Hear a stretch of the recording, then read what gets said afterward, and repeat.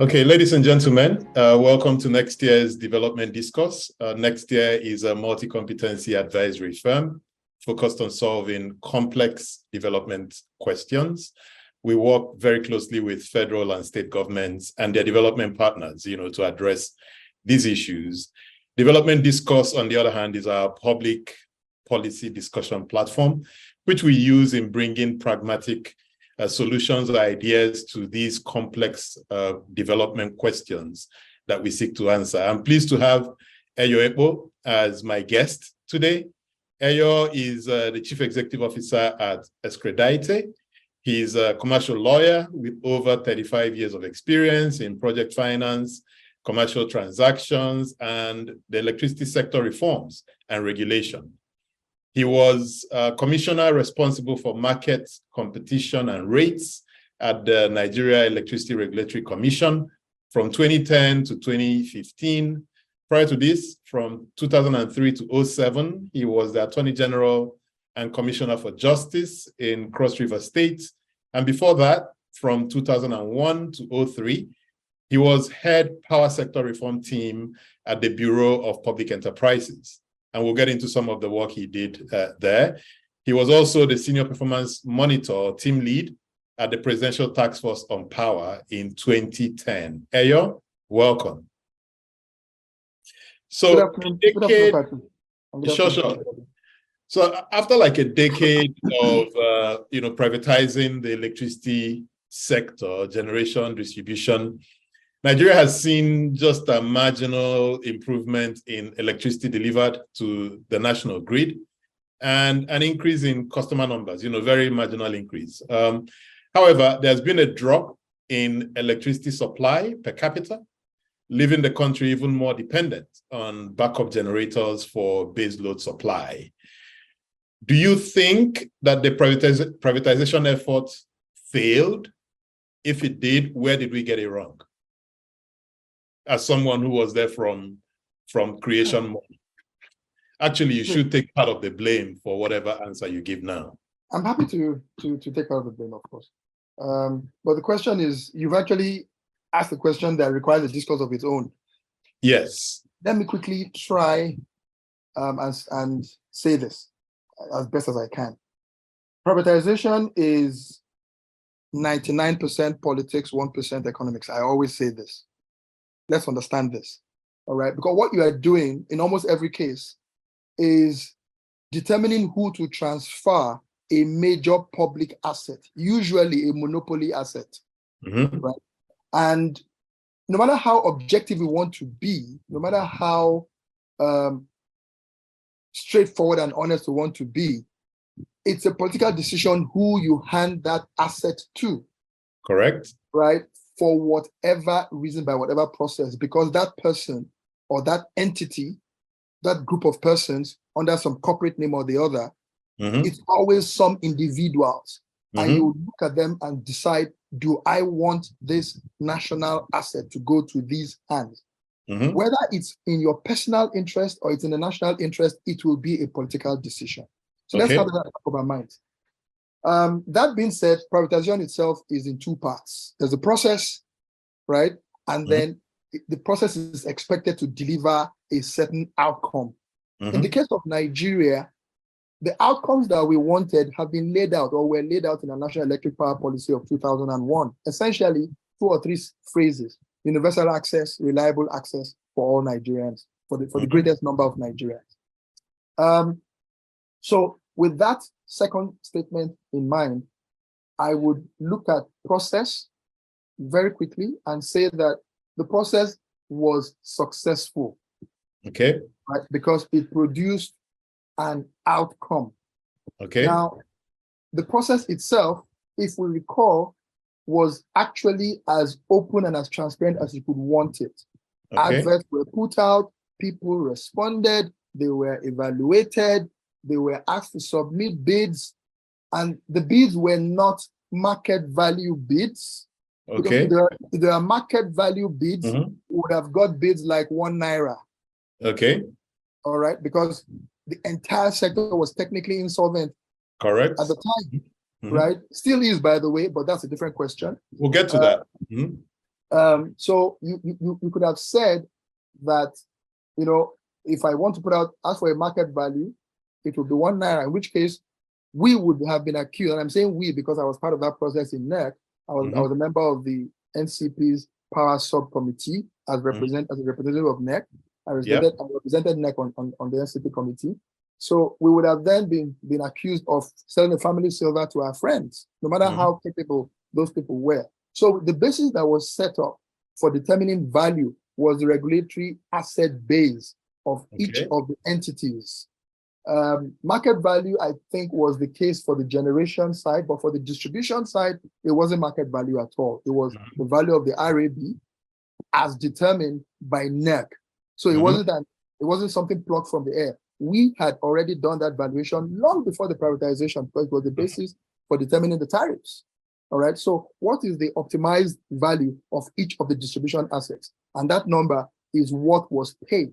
The basis for determining the winners, right, who would pay those optimized regulatory asset-based values, was a proposal as to how quickly you would reduce what is called the ATCC losses, how much you would invest into reducing the aggregate technical, commercial, and collection losses, ATCC, right, of each of these discos.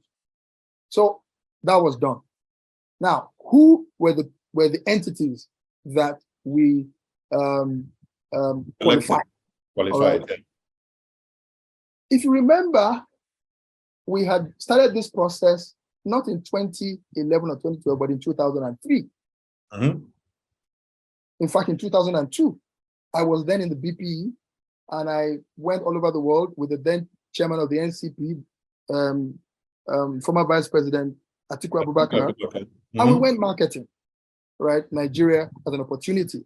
And we got a huge enthusiastic response. People came from all over the world. We met them in places, nice places like Houston, London, I think Frankfurt, right? And we got serious expressions of interest from the likes of Aeon, Scottish Power, RWE, Red Electrica, were interested of Spain, were interested in our transmission at the time. And they said to us, if you carry through this process you've described of reform, pass your laws and begin this process, we will definitely jump in and participate. It didn't happen because we did not muster the political will to get the law passed in 2003, to get the law assented to in 2003, even though it was passed by the National Assembly. So we lost that opportunity. They fell away. It came back in 2005, if you remember, passed the bill, it became law, but then we promptly went into what? NIPP. So you had a government that said it wants to reform, restructure, privatize, but at the same time it's spending billions on setting up what you might call a whole new NEPA. Correct. Right? That sent mixed signals to the investment world. All right? So 2007 came, government went away. Then you had a president, Yaradua, who took an express decision to stop the reform process. Correct. Political decision again. All right, on the advice of the so-called National Council on Energy, headed by the late Dr. Rewan Lukman, advised him not to carry through with this process because we needed to fatten the cow a little bit more before it could privatize. The old argument between do we go now or do we wait and fatten the cow a little bit more so that we get more value? So the decision was taken, right? Stop the process. President Yaradua left the scene, all right? And then President Goodluck took over and restarted. That's when you and I, Patrick, joined the PTFP. Correct. Okay. And remember that I was in charge of regulatory and transactions, and my job was to get the process started again, which is why my office was not even with Prof. It was in the BPE. Correct. All right, if you remember. So we tried to get that process started, but after a, guess what, 9-year hiatus, what happened to the investment public? They were jaded. Correct. This was the 3rd attempt. In fact, if you want to say the 4th, because at some point we wanted to bring in Power Grid India into the frame to work on our transmission. So by then, the investment world was a bit leery of Nigeria and saying, well, let's let you guys go. All right. So what did that mean? And don't forget, we also had this huge deluge of Nigerians demarketing Nigeria for better, for worse. That was the reality. Goodluck and his government were under fire from their political opponents who were constantly saying these things about Nigeria, which the outside world was looking at and saying, okay, political risk maybe looks to be a little charged. The atmosphere is charged at the moment, so let's wait and see. All right. Subsidies were going into the sector. Mm-hmm. And you had Dr. Mrs. Okonjo-Iweala, Minister of Finance, warning about this pot of money that we use to kind of subsidize the sector is running out. You guys need to really begin to get your act together to make this process happen. So 2011, there's an election coming up in 2015. We know very well that political economic decisions taken after, pluck a date from the air, 2013, right, no longer become that easy to take. Correct. Right? So we had like a 2-year time frame to make up our minds. Do we wait until 2016 because you won't do anything in 2015? Or do we go now? I don't think anybody had a crystal ball good enough to decide, to determine whether President Goodluck was going to come back in 2015. So he took a decision. Let's go. At that point in time, Patrick, who were the people in Nigeria that had money? Because at this point, all the internationals were not interested. Were not interested because of the policy inconsistency. And the flip-flop, the timing issues, the political environment was charged and all that. So they were not particularly interested. Yeah. We then had to look inwards, which is why I asked the question, who had money back then? It was oil traders. Correct. It was oil traders, right? We had a few corporates take interest in this, Transcorp, right? These are, by any standards, pretty good Nigerian corporate. We had Mainstream, all right? We had Sahara. Who else was there? I can't think of any other. The guys in Benin? VGO. I wouldn't count VGO as that. They were in business, but not in the sector. Not in but a big conglomerate though, that had run successful companies. Okay, all right. So VGO. Yeah. Okay. So this was 4 entities that you could say had some kind of cachet about them.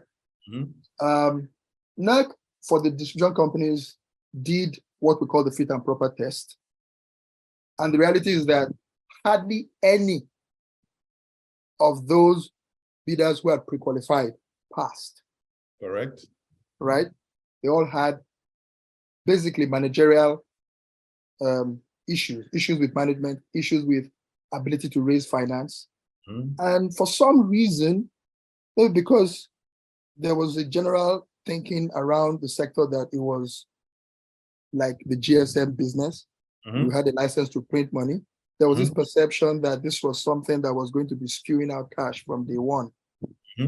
And even though we tried to let people know that this is an investment play before you begin to get a return, they just didn't see that. But you then had decisions that needed to be taken. This is the universe of interest. Correct. This is the extent, the depth of capacity that we see. They all say they have technical partners, but at the end of the day, none of these technical partners had skin in the game, right? So we're looking at the Nigerians and the Nigerian entities. We were very clear in NERC about our recommendations, and it was part of the considerations that the NCP and the president had about, do we stop this or do we go forward? And they decided to go forward. For better, for worse, it was their decision, right, to go forward. And we went about it the best way we could. And I think that we got the best that we could have got at the time. For me, it was clear to me that we would have to do subsequent waves of privatization again. Okay, but before you could do that, before you could bring in better quality management, better quality financing, you had to do a cleanup, which was why you had the NEMS facility that NERC got from the CBN in 2014 that kicked in early first quarter 2015. All right. And we tried to put that together. And I think we did so successfully. And we got that 204 or so billion from the CBN that could have cleaned up the balance sheet of the industry and made it at least good enough to begin to take on new capital. That didn't work out for a decision that we all know. NEC itself decided that we're going to reduce tariffs at that time, which I think was a wrongly timed decision. And it led to a loss of credibility and confidence in the So sector. let me ask a question to then dovetail into where you're going. And there's a reason why I started here, right? Because what we're going to talk about today is really about the new law and what it portends for generation and supply, right? Yes. But I know in the minds of many of the people who are listening, they're like, well, if privatization didn't work, if this is also predicated on private sector support, why should we get our hopes up that this would work? So let's park that conversation to set the context, right? So we know how we went through with the privatization. Why is the market insolvent today? Why is it that the market, with all the structures, all the designs, everything that's been done over the last 15 or so years, why is it that the market still does not work? My view, again, let's set the context right. You could say that reform has been going on since 2001, 23 years. But the reality is that reform is a process that must happen with consistency over time. We've had too many starts and stops. And I would say that the longest period for which we have had a steady run, or the opportunity for a steady run, is since 2013. 2010, maybe? Right? No, I would say 2013, because that was when you finally had new investors come in. Okay. Right? November 1st, 2013. So it's almost 10 years now. That's one. The why is that I would say is answered two key reasons from my standpoint. Governance, and governance here refers to the quality of decision making in both the private and the public sector spheres. Okay. Right? And leading into governance is the issue of liquidity in the sector. Okay. All right. And I don't want to reduce liquidity to tariffs. I don't want to do that because it kind of addresses only a symptom. But the reality is that when you have, if I may say bluntly, poor quality governance, you end up with poor quality decision making at management level, which of course means that capital runs away. Okay. And all the capital that we've had into this sector, huge paradox, has largely come from the public sector, because the private sector is still waiting to see common sense decision making that is investment friendly.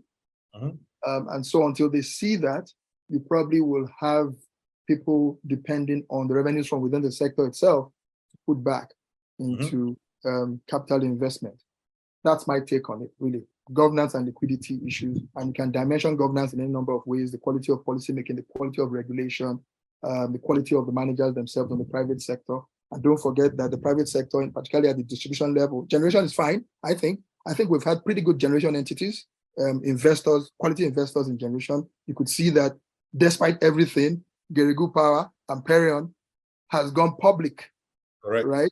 And somehow has managed to declare a dividend. Correct. Within a year of going public from this same sector. So there's something that has gone right. All right. And let's not say it's all gloom and doom. No. The issue is with the distribution side, and I think also with the transmission side. So let me also deal with transmission. The mantra that we've heard, and I've heard this for 22 years, that transmission is a national security issue, so we must preserve the national grid in government hands. I beg to disagree with all due respect. Correct. It is actually a security risk that we have one grid in Nigeria. All right. And we amplify that security issue with the insistence that we continue to have one grid. And all you need to do is to look at any of our system collapses. One turbine, just one turbine, goes down. Our system is manually controlled till this moment. Somewhere in Oshobo, at the National Control Center, sits in a room a group of gentlemen, each of which have in their hands, or has in his hands, 3 or 4 mobile phones, speaking to all the generation stations, asking them to drop or pick up load. You don't do it'll be comical if it wasn't true. It's true. I've been there. I've spent a day with these guys in my time. Me too. All right. And I asked them, this is on a lighter note, I asked them, guys, how many of you do not suffer from hypertension? Nobody raised his hands. Yes. All right. How many of you take your drugs regularly? All of them raised their hands. You know, so that's how we manually control our grid. And so that grid is not going to grow no matter how much money we put into it until we look at that. But that is the security issue. One turbine goes down, the entire country is in darkness. The entire country. And so our industry does not depend on the grid. That is the reality. If you have industry that is spending, I don't know, 15, 20, 25% of its profits, maybe even more, on self-generation, you will have very slow, if at all, reinvestment into the sector. In which actually, some of the numbers I've seen is about 30% cost of goods. We are actually shooting ourselves in the foot. And really, the issue again is, Patrick, 99% politics. You've got people here in this town, Abuja, who want to keep control of TCN, and they're all government entities. All right, TCN can work perfectly in private hands. All you have to do is look at our telecoms, right? Our national transmission grid, if I may use that word for telecoms, is in the hands of the private sector. It's WATS, MTN, it's Glo's fiber network, it's Main One, right? They give us access to the wider world. It has the counter argument, Eyo, is that we've also tried private sector management. Remember, it was we never did, Patrick. We didn't. No, let's be honest with it. The moment we brought in the Canadians, we also tied their hands with a big millstone. All right. We said to them, you have no business going to market operations and touching the money there, right? Making sure that the money goes to who it is meant to go to. We know what happened. All right. So let's not go there. The bottom line is that for as long as we want to continue with transmission being the way it is, if we don't begin to think around a number of interconnected regional grids, which is the way TCN is actually set up, when we have a system collapse, we come back through those regional islands, right? One after the other. So it's not that nobody knows that this can happen. It's just that we haven't mustered the will to cut through the BS and say this should stop. All right. So that's one side. Distribution. Again, on the distribution side, that's where you have all the challenges and where you have those entities that I think need to go through a second wave of privatization. How that is going to be worked out, not for me to discuss here. What are some of these entities? 6 of them have been taken over. I mean, the entire sector is under this unique financial management put into place by the CBN, which is unusual. You know, it's not. So really, in some ways, an entity which is not a telecom, an electricity regulator, but which has a key say in how the industry evolves, is the CBN, because it has put together this management framework for the entire cash flows of the industry. Because the CBN put its own money in, so you have to. Obviously, you know, CBN is the largest single creditor outside the DFIs. The point is that the discos are not doing well, you know, so in reality, what we should be talking about is for those discos to be reprivatized or to bring in new owners, or to allow some of us to buy into those, raise new capital, and then they can do things in a different way. If you have the money to put into a disco, good luck to you. But at the moment, those of us who have small money that really we cannot afford to lose or throw away, would like to see quality management and some results first. All right. Right. So again, at this point in time, back to where we were in 2011, 2012, the only entities that I think would be keen to look at the electricity sector today are all here in Nigeria. You're not going to have anybody outside who doesn't know Nigeria, all right? No matter how deep their pool of investable funds are, or maybe, they are not going to take a punt on Nigeria, not yet, until we have cleaned up, got our act together. So I really think that there's an opportunity, also a big challenge there, right? We've got to find ways to reprivatize or to carry through a second and third wave of privatization, if you will, in the distribution sector. And we'll see how that goes. So with this context that we've established now, the federal government of Nigeria, working with the National Assembly, then does an amendment, you know, to the 1999 Constitution, which now empowers the states to make laws for generation, transmission, distribution of electricity within their territories, right? Yes. This amendment, many have argued, could be a significant game changer in Nigeria's quest to achieve universal electricity access and reliability, if the states know how to navigate to such an outcome, right? Yes. Can you give us a bit of a historical on how we got to this amendment, what this amendment means for the states, and then how the states can leverage this amendment to drive increased supply to the inhabitants of the state? Yes. Okay, so Patrick, first, many have called it a new law. It's not a new law. There's no law at federal level yet. It is an amendment to the Constitution. Okay. So the 1999 Constitution says in the concurrent list, again, there's another misconception that power has been an exclusive legislative item. It is not. It has never been, in fact. By exclusive, you mean it's only the federal government that Yes. Okay. There are three types of legislative matters. Exclusive matters, those on the exclusive list, which the federal government alone, through the National Assembly, has the power to make laws. And there are, I think, 64 or so items on that list. Only the federal government has the power to make laws in those areas. Then you have the concurrent list.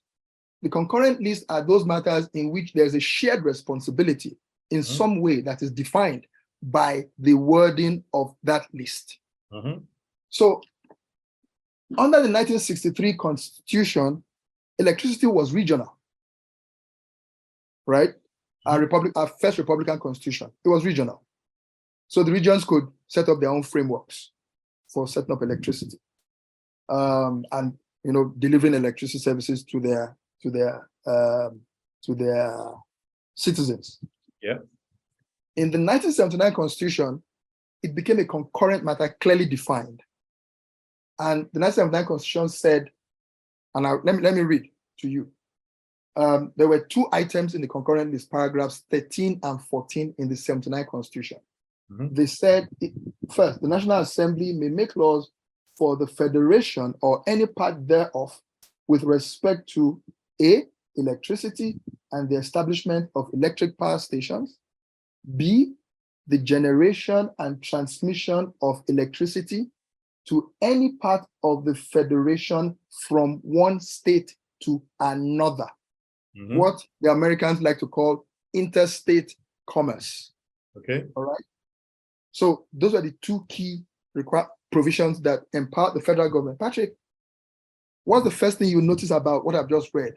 The word distribution is nowhere stated to be a National Assembly responsibility. Correct. And the first thing we were taught in that aspect of law that deals with interpretation of documents and statutes is that you do not read into a document what is not there. So it was clear in 1979 that distribution was not a National Assembly responsibility. That takes me to paragraph 14 of the concurrent list, which read, a House of Assembly may make laws for the state with respect to electricity and the establishment in that state of electric power stations. This is 14A of the concurrent list. Of the 1979 Constitution. Yes, it mirrors the 13A, only to the extent that the National Assembly, the House of Assembly, like that of National Assembly, may make laws for electricity and the establishment of power stations. For the federal, it is in any part of the country. For the state, it is only within that state. B, the generation. That's a House of Assembly may make laws for the state with respect to B, the generation, transmission, and distribution to within that state. Simple. So what you're saying is that, as you know, back in the 79 Constitution, the states were already empowered to do both generation, transmission, and distribution. Everything. Not to do, but to make laws for make the laws. doing. Yeah. Very different. Very. Let's always have that in mind. Yeah. To make laws to enable the doing of those things by anyone. So how did we then misunderstand that section and leave the responsibilities in the hands of history? Again, context. In 1979, we had just emerged from 13 years of military rule, which was preceded effectively by 3 years or 6 years of Republican rule, half of which was under a governor general who before he became president in 1963. All right. 9 years before 1960, ECN was established, the Electricity Corporation of Nigeria, and it was established in a unitary fashion. So ECN took responsibility across the entire country for electrifying the country, building power plants, and delivering electricity to Nigerians. Even though we had regions that, in many respects, were autonomous regions after 1960 and definitely after 1963, electricity was still carried on in centrally managed, centrally determined fashion. So you had ECN that had these thermal stations in Lagos. There was even one in Calabar, close to my homestead in Calabar, Oji River, right? I think in Afam, they started building in Afam, I think 1962, it was commissioned in 1966, all right? It was the Niger Dams Authority that was established in 1963 or 1962 to carry through the Kainji project, which started construction in 1964, all right? So all this was being done by the federal government, all right? When the military came, naturally, they took all that over and continued with central management. That's the way the military runs, command and control, all right? In 1972, you had Niger Dams Authority and ECN merged to form what? NEPA. Again, central control.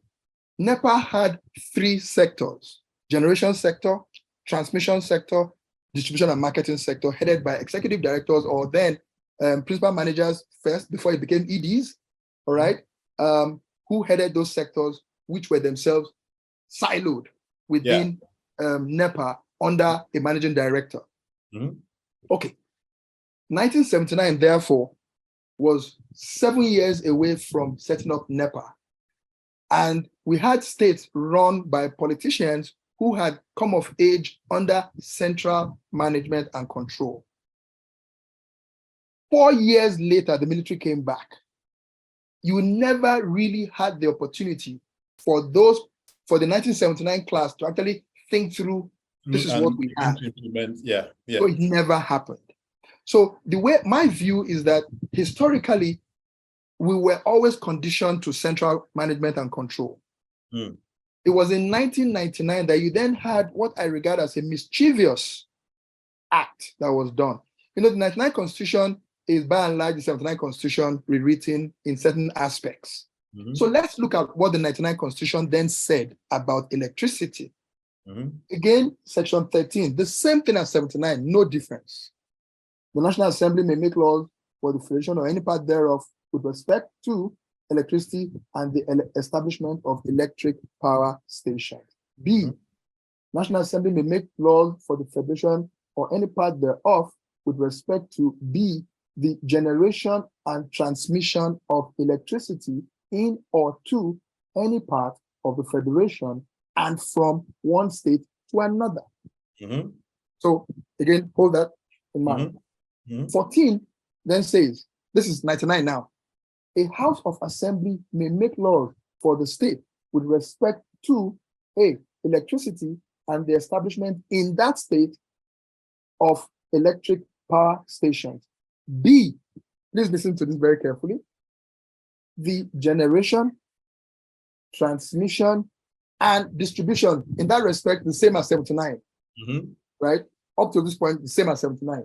So the generation, transmission, and distribution of electricity, listen to this, to areas not covered by a national grid system within that state. So it now became, if a state wishes to make laws for generation, transmission, distribution, you can only do so in an area that is not covered by a national grid system in that state. Yeah. So the question now became, Patrick, one of both of fact, but to the extent that you had a federal government that was already saying, I am there. Yes. Right? You would then have to have an argument within a legal setting or judicial setting as to which part of my state is an area that is not covered by a national grid system, such that I can make laws for people to go and set up generation, transmission, distribution in those parts. Okay. It sounds easy to work it out, but the question would then be, Patrick, am I covered by a national grid system just because I have the national grid and its towers and lines passing through my state, even if I am 100 kilometers away from that grid and there's no distribution assets that feed off that grid to serve me? Let me give you a practical example of how this played out. All right? You remember, Patrick, AFAM, when we're in PTFP, AFAM Village had its first turbine commissioned in September 1966 and tied to the national grid in September 1966. AFAM 1. All right. It has one of the biggest gas processing facilities. It has one of Nigeria's largest and most complex transmission substations. All right. You have there AFAM 1, 2, 3, 4, 5, 6. Patrick, it wasn't until 2011 or 2010, sorry, they got electricity, when Professor Naji was told that AFAM has no light. And he said, okay, so that's a NEPA problem, right? That's a Port Harcourt Disco problem. And he said, no, they are not on the national grid. Not connected. The people of AFAM in that village look every day, and they did so for 55 years, right? Or sorry, 45 years, from 1966 to 55 years to 2010, 54 years. They looked at power, gas, energy going to Nigeria. Are they covered by a national grid system? Of course they are. Yeah. So the state are not even step in Patrick, and do anything. You had no state interested in interrogating that question, except Lagos, which decided to do Enron. Right? I think they could have done it differently, but that's neither here nor there. They did something. Rivers set up First Independent Power. All right. Akwa Ibom set up Ibom Power. Okay. You had those three states, but they never really could go beyond that. And we all know the story of all those. Someone told them, whatever it is you build it for the national grid. So we'll tie it to the national grid. You can't do it to serve the people of your state, which was a lie. But you know, they say sometimes if you want to hide things from us, put it into a book, right? So we wrote the national policy in 2001, and the policy was very clear that states had a very important role to play in the power sector in delivering power off grid. We didn't say to areas not covered. That was a factious. We just simply said off grid. All right, in the National Electric Power Policy. States didn't buy it into that. The act came in 2005, and you then had expressly the federal government taking responsibility for regulating distribution in the act. Okay? That was essentially because no one was interested in going beyond NEPA. We had the NEPA model to build on. And when you look at the way the sector itself has evolved, we've really basically evolved along the lines of NEPA. So generation, we took the 6 or 7 power plants that reported to the ED generation and corporatized them. We took TCN and corporatized it, built a corporate entity around the assets of TCN and around each of the generating plants. We took the 9 zones, the 9 distribution and marketing zones of NEPA, PHCN, right, and made them into corporate entities, with the exception of Lagos, which became 2 entities. Yeah. It was too big to be left as 1 entity. That was the perception then. And also with the exception of Aba Disco. Most people don't know that Aba Disco was also incorporated to take account of the arrangement to lease the assets of Aba and Osisioma districts, right, to Geometric at that time, to carry to what was effectively a concession. It was a trial run to see how that would unfold. All right, and that was done. So you had essentially the evolution taking place along the lines of NEPA. All right, and so we're all content with that. We all expected that things would happen. In the footprint of each of the discos would expand. We would see more IPPs come in. The legacy GENCOs would be augmented by new IPPs, and even they themselves perhaps could also spawn off. They would spawn or give birth to new entities that would be subsidiaries of their own. That has happened to some extent. You've got NIPP, you've got the likes of Mainstream now talking about doing other plants, both within and outside the country. You've got Sahara Power, and you've got Transcorp, Ugeli, you've got Sahara Power. They're all there, and at least they're doing reasonably okay on the generation side. On the distribution side, we've stayed static at those 11 distribution companies. And so that's how that has gone. So my question then is, given again this context that you've set, what will this amendment do? Because what the amendment basically did was to take us back to 79, correct? Yes. The amendment removed that phrase, areas... A mischievous phrase. Yes. Areas not covered by a national grid system, and said, again, like you said in 1979, the states may make laws with respect to generation, transmission, and distribution within that state. This is precisely what you have in large federal jurisdictions: Brazil, Chile, Russia, China,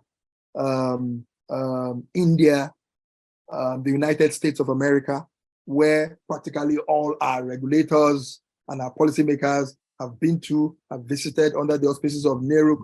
So a framework in which you have a federal electricity or federally regulated wholesale market, and you have state entities under their public utility regulatory commissions regulated to carry on business within those states. It's not strange to us. It isn't strange. What is perhaps strange is the idea that states now have the exclusive right to make laws to carry on electricity business entirely within those states. Right? It sounds strange to us, because what we are saying is that essentially states can now make laws to regulate the footprint of discos within those states. States can now make laws to regulate what NERC calls, for example, IEDNs, independent electricity, and IETNs, independent electricity transmission and distribution networks, right? As long as those entities, IEDNs, IETNs, carry on business, moving electricity, distributing electricity to customers wholly within that state. Conceptually, according to this amendment, it is now the responsibility of the states to make laws for that activity. So let me ask 2 questions and just help us unpack this. Yes. Now, does the new law empower the states to make laws? The constitutional amendment, you mean? The constitutional amendment, does it empower the states to then make laws that the existing discos have to operate under, or is it to make laws to create new entities that can become generating plants, transmission, and also distribution within their states? Both. Both. So that means So that to the like extent a Benin disco, an Enugu disco, just disco, all the regulation. So how does this play? How do the states interface with NERC, with the Nigeria Electricity Regulatory Commission? I think there has to be. So I get a sense of deja vu, right? Thinking about this, because in 2001, when I joined BPE and I was thrown headfirst into power sector reform, the first thing that the guys in NEPA, Engineer Makoju, may the Almighty rest his soul, right, said to me, so Ayo, are you saying that Ministry of Power has to give up its responsibility for the sector? I said, well, that's what it means. And he said, what about NEPA? I said, there are going to be many NEPAs, right? And NEPA will have to decentralize. It was quiet, right? But the idea was seeded very clearly. Regulatory responsibility is no longer ministries. It's now going to be in a regulatory entity. Mm-hmm. That regulatory entity will take responsibility for not NEPA, but for the various, what the Act calls successor companies that will emerge from NEPA. So the idea of a disassembly, of decentralization is not strange, right? It is what has created the status quo that we have now. Now, what this constitutional amendment therefore then does is to clarify a power that the states have always had. It's not new. They've always had it. And therefore, there is a need, just like we did 22 years ago, we all need to sit around the table and work out how this evolutionary process will go. Now, the good thing is this. You're not going to have 36 states getting up tomorrow and saying, this is my power, I want to exercise it. No, it's not going to happen. And it shouldn't happen, right? They're going to have a few states. Now, who are those states, or which are those states? Ondo State has passed an electricity law, right? Lagos State has an electricity law in its House of Assembly. In fact, Ondo State has set up a regulatory bureau, an electricity regulatory bureau, the first of its kind in this country, is already existing in Ondo State. Kaduna State has just 10 days or so ago sent its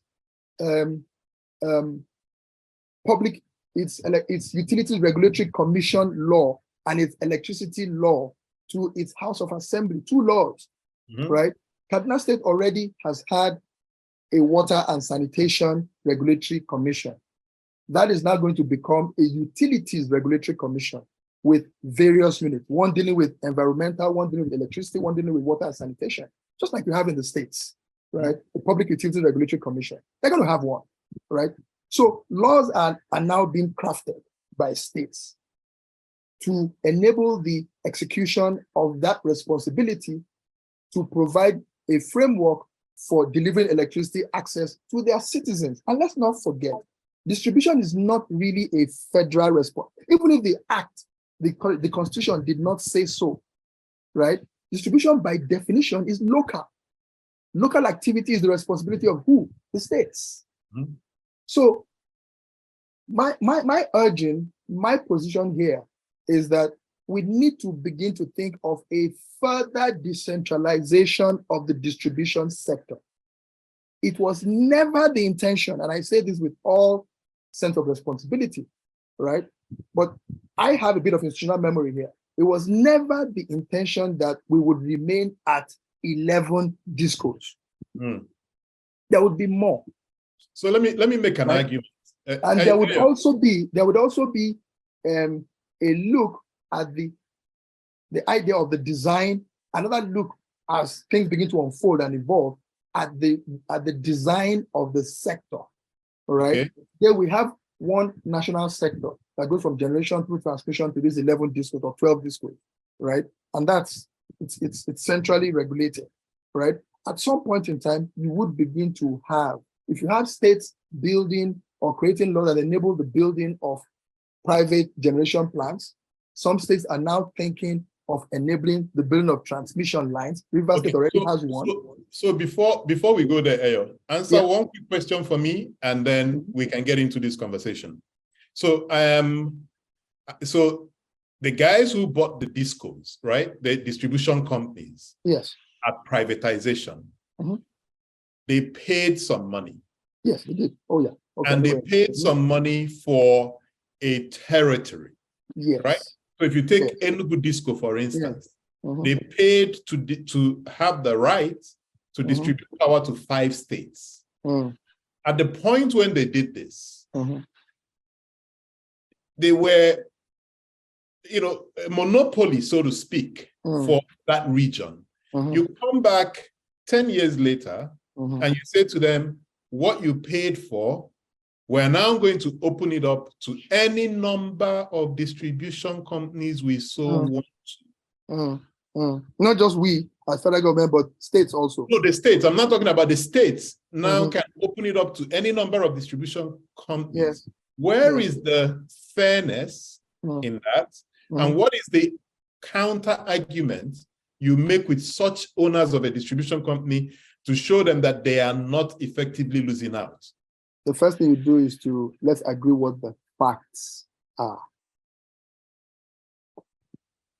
Section 7110 of the EPSRA, which became law in 2005, says no license shall be granted on the basis that it confers an exclusive right to any territory. 7110 law. The same law that they all looked at. If they didn't see that, they need to go and take a look at it again, and they will see it there. That section was interpreted by the Federal High Court in a case that was decided, I think, in 2021 between the entities that were given a right by the REA to go do a small network in area market, right? Enugu Disco said, you can't do that, we have a monopoly, it's our territory, you can't come here. He went to court. The court interpreted 7110 very clearly and said, no entity, generation, transmission, distribution has an exclusive right to any part of Nigerian territory. And more importantly, your contract, you have 2 as a disco. You've got your license given to you by NERC. You have the contract under which you came into the sector, signed with BPE. Your license is very clear. There's nothing exclusive in there, so let's not go to that one. Your contract with BPE was never about territory. It was about assets. Remember, right? I said to you, what was valued was the regulatory asset base that was handed over to the coin investors in exchange for their money, those assets. The assets were in specific territories. So to understand your rights over or in, more likely, I won't say over because it begins to confer that idea of some form of sovereignty. To understand your rights in that territory, look at your license. Your license says you will operate a distribution network within that territory with these assets. And it does not say that you have exclusive rights. There's any form of exclusivity at all. Okay, so that is understood. So you're now sitting with the governor of pick any state, Kaduna, right? Edo, Lagos, wherever. And they know that this amendment has happened. They know what their rights are now. What are the combination of things the state needs to enable that can then get that state to 24/7 power? Can you lay out for us the building blocks of different things? So what I'm hoping to achieve with this segment of questioning is, if I get in front of the governor, I'm going to say to him, here is this tape, go to minute number, whatever, I don't know where we are, 55, and listen to what you need to do under this amendment to provide 24/7 power in your state. So go ahead. All right. Again, Governor, what is your objective? He will tell power me to drive my industries, power to no. quality of life. He will keep it simple. He will tell me, I want universal access, reliable universal access within my state across all demographics, residential, commercial, industrial. Affordable. You say 24/7. I think in Nigeria today, if we got 27, we'd be happy with that. Okay. Right? So I wouldn't even say 24/7. I'll say, look, Governor, 27, look at these target. That's your target. Mm-hmm. All right. To do that, bottom line for all of us, it's about investment. Okay. Okay.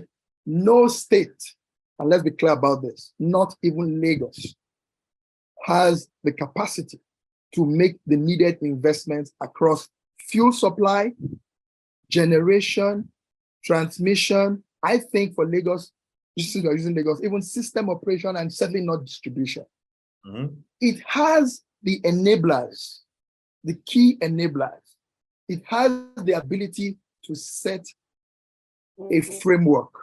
Okay. It has the ability to make laws. It has the ability to identify policy objectives, right? It has the ability to speak to investors and describe its state, the nature of its state, the nature of the putative market, right? And the things that that state can deliver to help an investor bed down to deliver that electricity or that energy to its citizens. Okay. So it is not a blank slate. On this piece of paper, we've been writing things for the last 20, how many? 2005, 16, no, 18 years, right? Since 2005. So it's not a blank slate. You've got a Ministry of Power, you've got a NERC, you've got discos in place. So let's say I don't use Lagos, let's use my state, Cross River, right? It's covered by PHED, all right? PHED has electricity distribution. Electricity distribution. It's got a footprint across 4 states, all right? There in my state, there are 2 power plants. There's the Unison power plant. 3. There's the Unison power plant. There's the, which is I think 100 megas or something like that. There's the NIPP, Odupani, right? Which I think is 450 or 540. I can't remember. It's either 450 or 540. And then there's the 26 megawatt plant that my own state government did some time ago, diesel fired. I don't know whether it's working, but it's there. All right. So you have that. You also have a distribution network and you have transmission lines within the state. 7 mostly the southern part, not even the northern part. The northern part is served by distribution that comes in from Enugu Disco. Okay. I want investors to come into my state to build local networks. Local distribution networks. Local distribution networks. Okay. I could conceptually sit down with Port Harcourt Disco about corporatizing the distribution assets within Cross River State so that the laws I make as a state government, as a House of Assembly, can then apply to a corporate entity that has assets within my state. I cannot make laws that apply to Port Harcourt Disco as a whole, all right? Because Port Harcourt Disco also covers Akwa Ibom, Bayelsa, and Rivers State. I need to address only the assets. In the same way in which NEPA, by statutory mandate, evolved from NEPA to PHCN to Port Harcourt Disco, under the guidance of the NCP and the BPE.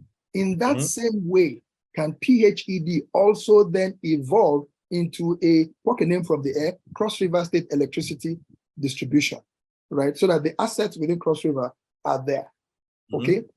Then we sit down, and this is me trying to be practical, we sit down and work out the licensing framework. I would expect that the license of PHED would be grandfathered, right, to a Calabar electricity distributor so that the same requirements, the same provisions in the NEC license are now ascribed to a state regulator whenever it has to be established. So I, right, as a state, have to do a number of things first. I've got to create a framework by law. I can't just walk into NEC or the Ministry of Power and say, give me. I won't be taken seriously, right?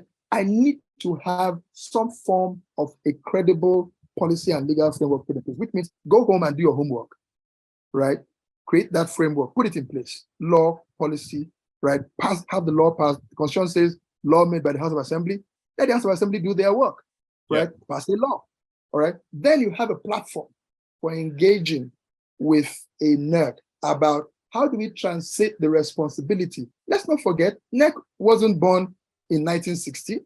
It was born in 2006, right?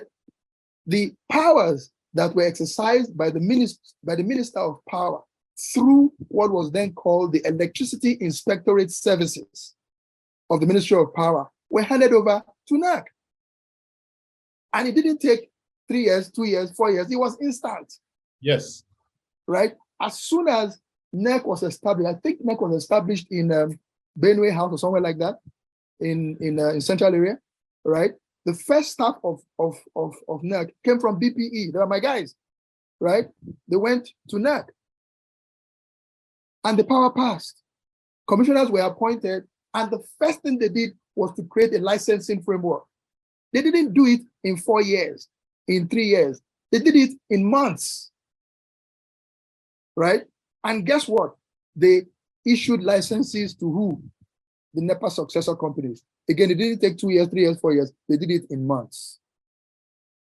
And those companies, like it or not, had to take those licenses and fall under NERC regulation, right? Now, it was a fractious process, right? But we went through it. And the authority of NERC was established by a government that said to ministry, that's your territory, stay there. This is regulatory territory, NERC stays there. You don't cross over into it. So there has to be a conversation around a transition. I've heard people talk about years. I don't think it should take years, all right? Yes, capacity is lacking at state level. Yeah. It's not there, but none of the people that went into NERC from BPE was a regulator when they got there. But they were put through an immersive process. They went all over the world, right? Spent time in various regulatory entities and came back, right? With an understanding, at least conceptually, of what it takes to regulate. You also had commissioners, particularly someone like Ransom Owen, who was the first chairman of NERC, who came from the States as somebody who had already had regulatory sector experience in energy, right? So he brought some of that to Nigeria. So there has to be a certain degree of cross-pollination, but there has to be first a conversation around what do we transit, who do we engage with first, the person speaking here now is the federal government, NERC, ministry, who do we engage with? So states must do that little bit of work of creating an entity that can be addressed, embodied or clothed with powers to regulate. Then you sit down with that. I think rather than have this wild, wild west type situation of states just coming in and doing as they please, there has to be mutual respect and engagement, because the reality is that this power, first and foremost, to regulate all electricity activity that is exclusively carried on within the state, belongs to the state. We have to pay respect to that first. Once we recognize that, then we can begin to have a conversation over how do we transit and when do we transit this responsibility to you guys at state level. So we assume we get all of that done. How do we then set up an electricity market that enables private investors to come in and build out the generation, build out the transmission, build out, the distribution, without necessarily relying on government to provide the money? I mean, government has to do some of the preliminary work, to set up this market. What does that work that government needs to do? What does it entail? And then what must this electricity market have to make it attractive for private sector folks who know that some of the investors in the current privatization may be struggling a little bit, but what do we need to say to them that would incentivize them to then move in and play in this new electricity market to deliver affordable, reliable, universal access, etc., to the people in the States? Honestly, I can't be prescriptive. I can tell you that you can draw boxes. You can draw the outlines. Okay, I'll try. I can tell you that it's going to be messy, right? Because that's the nature of reform and evolution from the known into a known unknown. And the known unknown here is a state that has set up a framework of laws. So first and foremost, you must have states taking time to look at their socioeconomic conditions and creating laws, policy backed by laws that describes what that situation is and how they would like it to be addressed. This is no longer academic. I said to you earlier on, Ondo State has a law. Edo State has a law. The House of Assembly has passed that law. Kaduna State will probably have theirs passed before the 29th of May. Lagos State, probably the same thing. So you already have 4 states, all right, that to varying degrees, not to varying degrees, have set up laws that in varying ways describe what each state wants to achieve and do. The private sector needs to engage with that. Now, they will then, of course, be cautious because it is not a blank slate. You have a federal government that is there. I expect that the federal government would be willing to encourage a conversation, 3-way conversation between investors, states, and federal about how each market in each state, if each state then comes forward, all right? And it's not states supplicating in Abuja. It's states saying, we are aware of our power. We have passed our laws. This is our entity. You need to engage with us, all right? I think that it is important to engage in a respectful manner between federal and state governments with that, mutual respect. It's not about fear, it's not about intimidation, it's not about bullying, it's not about a state taking, right? Grabbing authority. No, what will you do with it? You will only create, uncertainty and confusion, and you don't want the investors to feel that there's too much of smoke in here. You want them to be as comfortable as possible. So I think there needs to be mutual working together. I can't emphasize this enough. All right. But states have to do that work of making an approach with some framework that is credible. All right. And that means for it to be credible, you must have got a policy framework, you must have clear-cut objectives, you must have, at least on paper, a design for your market. Your generating entities, how do you want them to look like? Your transmission entities, will you have any? Your distribution, will you have any?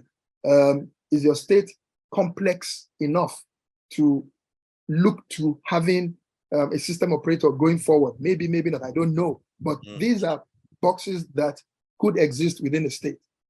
What is then left is to then take responsibility across to that state. Now, if, assuming that that transition happens, states then begin to issue regulatory precepts, regulatory authorizations to entities to get into, particularly first generation, right? Yes. But I expect that there has to be clarity about distribution because that's where the money is going to come from.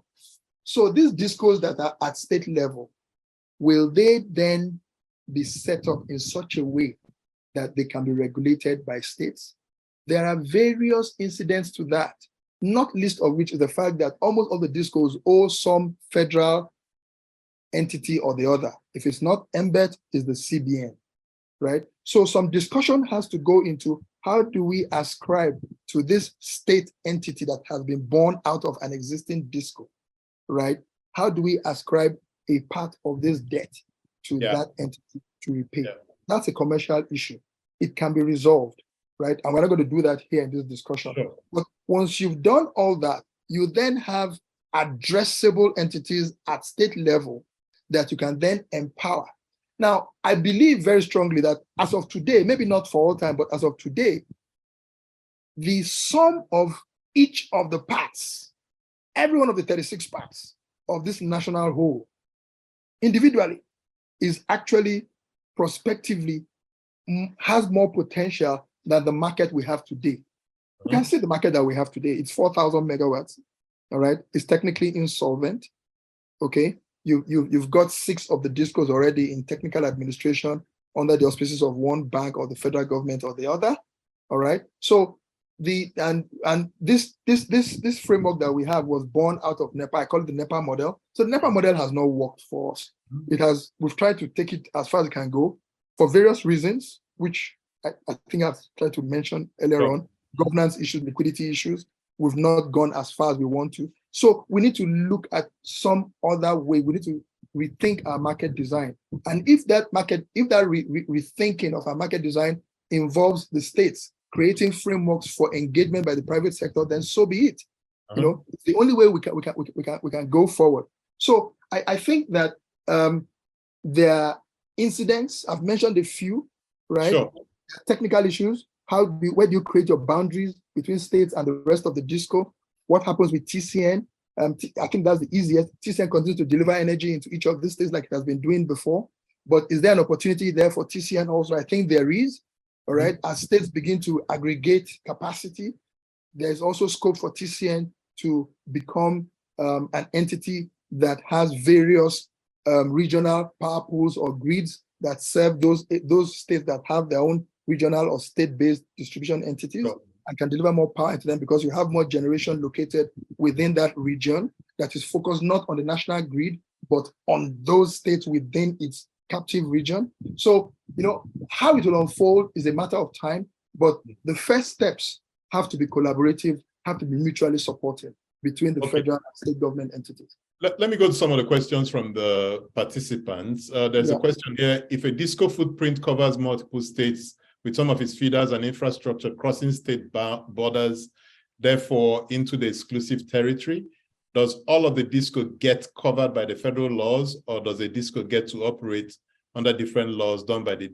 I think you've kind of answered this question, you know. That... Let me clarify something. All the DISCOs today have technical boundaries, right? Even in Lagos, you've got technical boundaries between Eko and Ikeja within Lagos. All right. Let's not think of boundaries as the lines we have on our maps. Geographic, yeah. Right. We're not talking about administrative boundaries here. We're talking about technical engineering boundaries. Every single DISCO has two sets of boundaries. One with the national grid, where it receives energy into its territory. All right. And these boundaries are in most cases, in multiple parts. All right. So Lagos State, for instance, receives energy from the national grid at, I think, Ajah, and I think Alagmo, right? I can't quite, I'm not sure now, but you have states like that, all right? So that's one boundary with the federal. Then within each footprint of each DISCO, you've got other boundaries, right? 132.33, 33.11, all right? kV voltage. So it's not, from a technical standpoint, it's not difficult at all, one must say, right? No matter how people try to dress it up, but it's actually not that difficult to create a boundary. And you know what? If you don't have a boundary, and I give an example, right? Kaduna State, the northern part of Kaduna State, the Brain Inquiry side of Kaduna State, receives energy from Niger State through Tegina, right? You can actually put a feeder within the Kaduna State territory, and that's where you have your boundary, right? So boundaries, unlike the administrative ones that we see on our maps, from an engineering standpoint, can be created, recreated, moved around.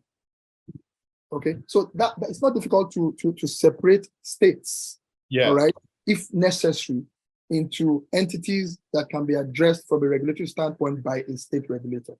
So there's a question from Jude Anyibo, and he says, what was the private electricity generation and distribution company, I guess, we had in Jos for so long? Please describe the model and how the states can apply that. Good question, which speaks to the fact that this can be done. So in Jos, it's not was, by the way, Jude. Was it Joe? Was it Joe Anyibo? Jude Anyibo. Okay, I know Joe Anyibo. So Jude, it's not was, it's still there. NESCO is still there. It operates in Jos. It is in fact the oldest distribution company in Nigeria, being in continuous business since 1926.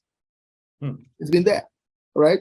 And they in Jos Township, it was set up to serve the tin mines, all right? And then it extended lines to parts of Jos, the old part of Jos.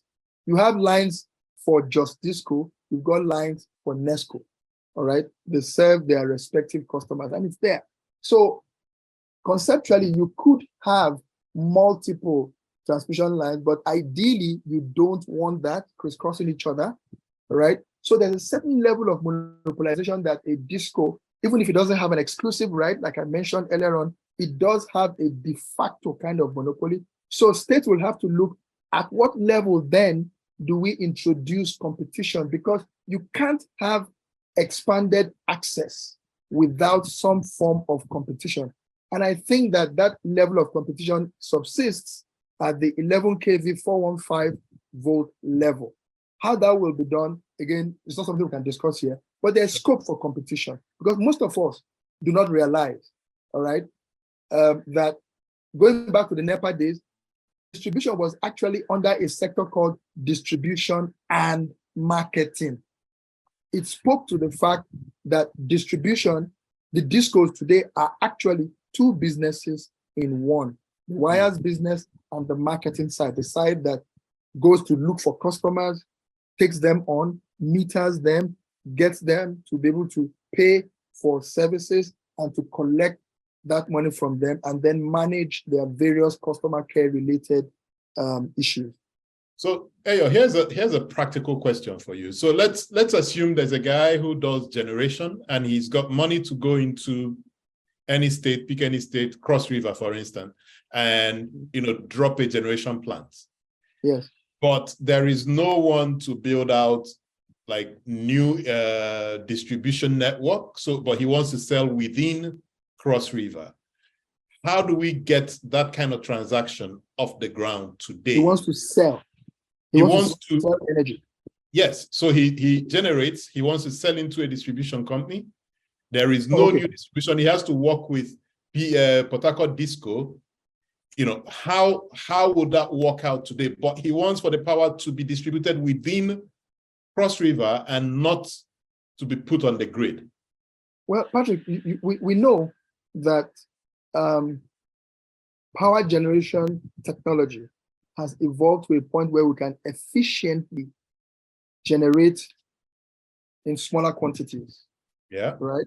So I'm addressing here the concept of distributed generation. So I don't want to, and I shouldn't want to build a 150, 250 megawatt power plant that would have to go and connect with the grid at the transmission, the 330 kV transmission substation in Ikorekweneo in Calabar, right? No, I wouldn't do that. I would rather sit down with the disco, identify that there's a group of customers who need to be served, and build a 10, 15, 20 megawatt power plant that will connect directly to the disco at 33 kV level, all right? And then work with the disco to reinforce the quality of the feeders and the substations in that area, make sure that all the customers are metered, because I must have identified my universe of customers who will be served. So I need to make sure that that their money can be addressed. And then I negotiate a PPA with that disco, which hopefully will be commercial enough to enable me raise money to build my power plant. So I think it's baby steps, right? That will probably start with distributed generation. And when we begin to then expand the footprint and increase the demand, because the one thing about power, like telecoms over the last 20 years in Nigeria, is that the demand grows exponentially once some level of quality of service is assured. Demand begins to grow exponentially. So, but we have to take that first baby step of a small generator negotiating with the disco in a small enclave, identifying the source of fuel, whether it's hydro, so it's some renewable or some thermal source, CNG or whatever, and then tie to that and make sure that you can address the need of that entity. Now, there are some parts of state that are perceived to be uneconomic, right? I don't believe that those places are uneconomic. They are perceived to be uneconomic, right? But they also need to be addressed. And you hardly have service in those areas. That's where I think states can engage, all right? Engage in the sense that rather than look for a state government entity that goes out like the REA to go and build things, you can actually aggregate funding, make sure that you find an entity that is licensed to operate in that area, work out capital cost of addressing the connections required in those areas, and that's where you direct your subsidy to as a state entity. Subsidize capital and not the current or consumption expenditure. Make sure that you have a private entity already licensed in that area that has a design for serving that area, has costed that, work out how much of that cost can be paid for by the community, paid for by the state, and then the state injects that share along with another bit that comes from the private sector. So you've got three contributory parties in this: the state government, maybe the community, hopefully, not necessarily the community, but hopefully the community can take on some element of cost, labor cost, buy the meters or something, right? State government can then put in a contribution to capital. The private sector player, which is already licensed for that area and sees an exorbitant capital cost, can have that capital cost then brought down by the contribution of both the community and the state. And you have your capital connection or your capex spending in that area. And therefore, if you can do that, then the cost of service also comes down, because part of that cost has been picked up. That one-time cost, which needs to be returned, has been picked up by the state. So, and the state would not want that return to come to it. It's, as it were, social spending, but in a commercial sense. So essentially, the amendment allows any state in Nigeria to be able to do all these things that we've talked about today, and in fact, to start tomorrow morning, if they can find if they can find some interested private sector players, who are willing to come in, do new generation to serve, whether it be an industrial park or some of the underserved or unserved communities. I imagine that, yes, that is the situation. I imagine that the nature of the evolution will pretty much follow how all commercially focused infrastructure utilities evolve, right? You start like 2001, September, I think it was, MTN came to market where it wasn't in Calabar, it wasn't in Ojoto, right? It was in Lagos, right? And we paid through our noses. I remember, I think then it was 20,000 naira or something like that for a SIM card. Yeah, 20K for a SIM card, but we paid. And we saw the value immediately, right, of that service. Then you started building out gradually. So I think that states that take the plunge in an organized fashion, in other words, you go through a policy-making process, you market your state, you have a pool, however small, of investors, you pass a law, you sit down with NERC. This is a work of months, right? I imagine that when they do begin to license, they will license entities that would want to serve the better heeled parts of those states. But it is up to those state entities to make sure that their design, by definition, pushes more and more players out into the so-called underserved and unserved areas. That's the way I think it will evolve, and really, that's what makes sense. No, I mean, it makes a lot of sense. Maybe in closing, maybe just tell us a little bit of the interesting work you're doing recently, with escalate. Say maybe in Kaduna and in some of those. So to the extent of that, one can, I don't have any NDAs signed with any of my clients, but by definition, it's also work that has to be done quietly. But I've been working with a number of private entities, all right, that are building captive systems, all right, in Lagos, in Oyo states, and there's one hopefully in Ogun State, all right. So they're building captive networks for things like data centers, for estates, for industrial parks, all right. So there's that. I've also had the privilege of working with Lagos State in the evolution of its policy and legal framework with other partners, ACAS law particularly in Lagos. I helped Lagos draft their policy framework. The same thing with Edo, with Kaduna, and one or two states now in the southeast are beginning to look reasonably good, and one hopes that they will eventually become, shall I say, avatars, forerunners of state markets in the southeast. I think that personally, I think that the southeast has great prospects for becoming Nigeria's first regional pool for power. Why do you say that? Because it's homogeneous. The southeast states are covered by a single disco, and I think that we are now at that inflection point in the country where our discos have to begin to rethink the way they are set up, they are structured, the way they operate within the design that has been set up for them. This development in the Constitution is something that I think we shouldn't allow ourselves to be forced into, but we should look at it, understand it, and embrace the opportunity. Take on the challenge, because there are challenges, take on the challenges, deal with them, engage with public sector entities at both federal and state level, and make and own the process of evolution. If you don't own it as a private sector player, somebody else will. Question. Yeah.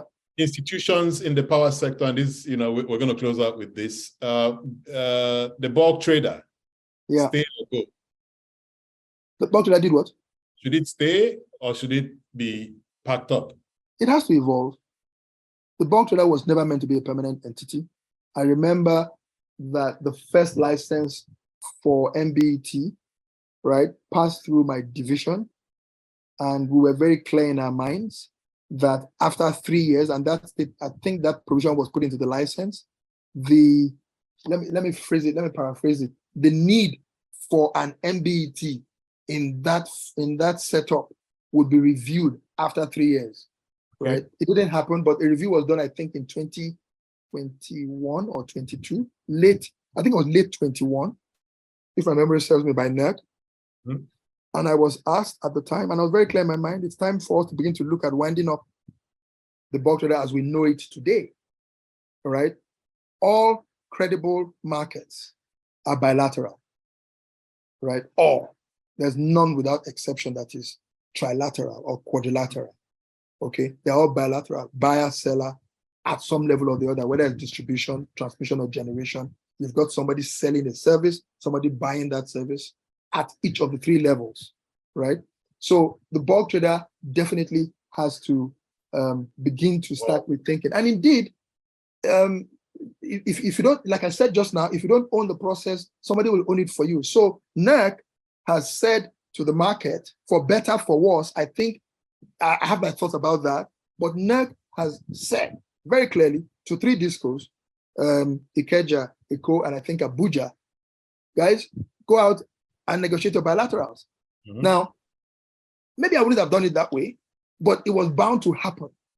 So I can understand NERC forcing the situation, forcing people into thinking about, what is bilateral?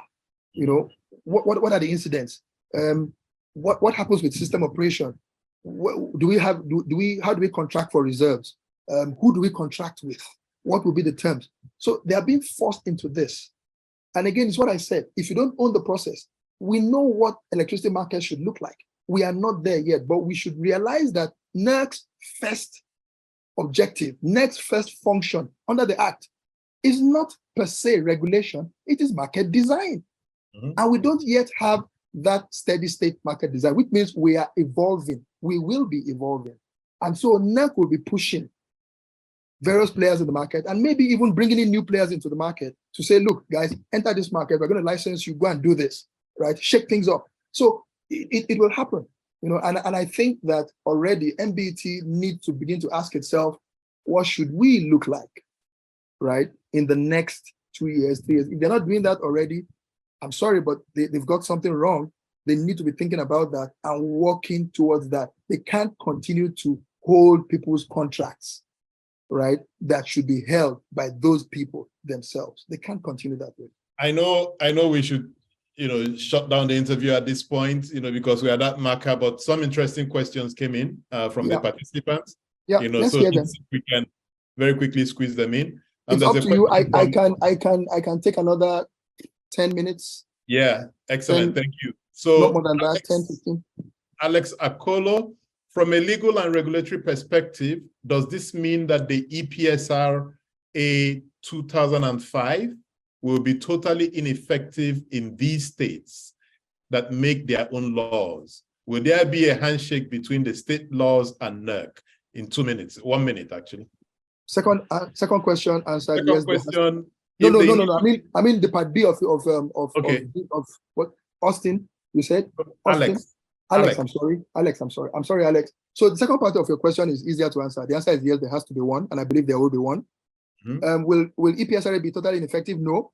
Don't forget, there are now conceptually two types of markets. The federal market, so you will have a NEC that I think will even have more and greater responsibilities now to focus on the federal wholesale market between generation that goes across state boundaries into distribution companies and entities within states.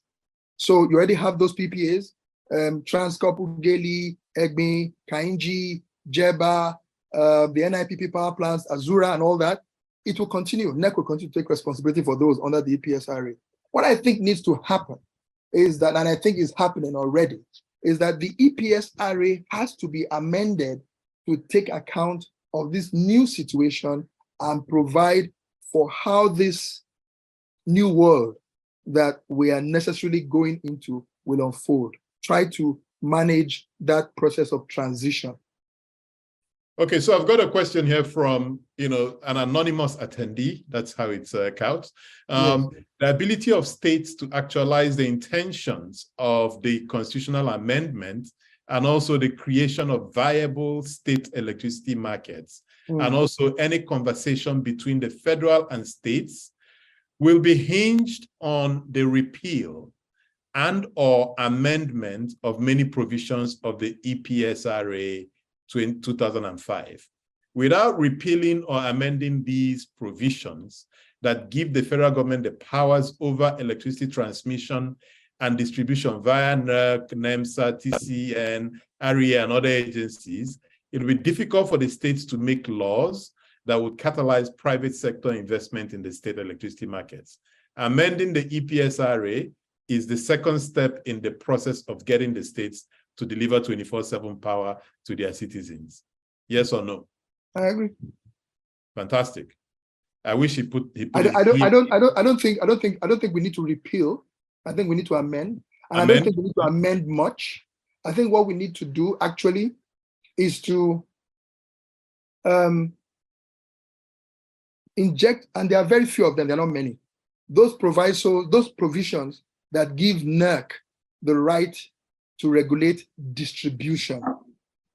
If we state those powers to continue without prejudice to the power of states to make laws, we're fine. That's one side. The other side is NEC already, the EPSRA already has transitional provisions. If you remember, in fact, the whole of parts 1 and 2 of the EPSRA are about transiting from NEPA through PHCN to these successor companies. So the idea of transition is not strange to the EPSRA. We need to tack on another set of transitional provisions that go from NEC regulation to state regulation. That's one. The other thing is that we are not going to have 36 states going into this new world all at the same time.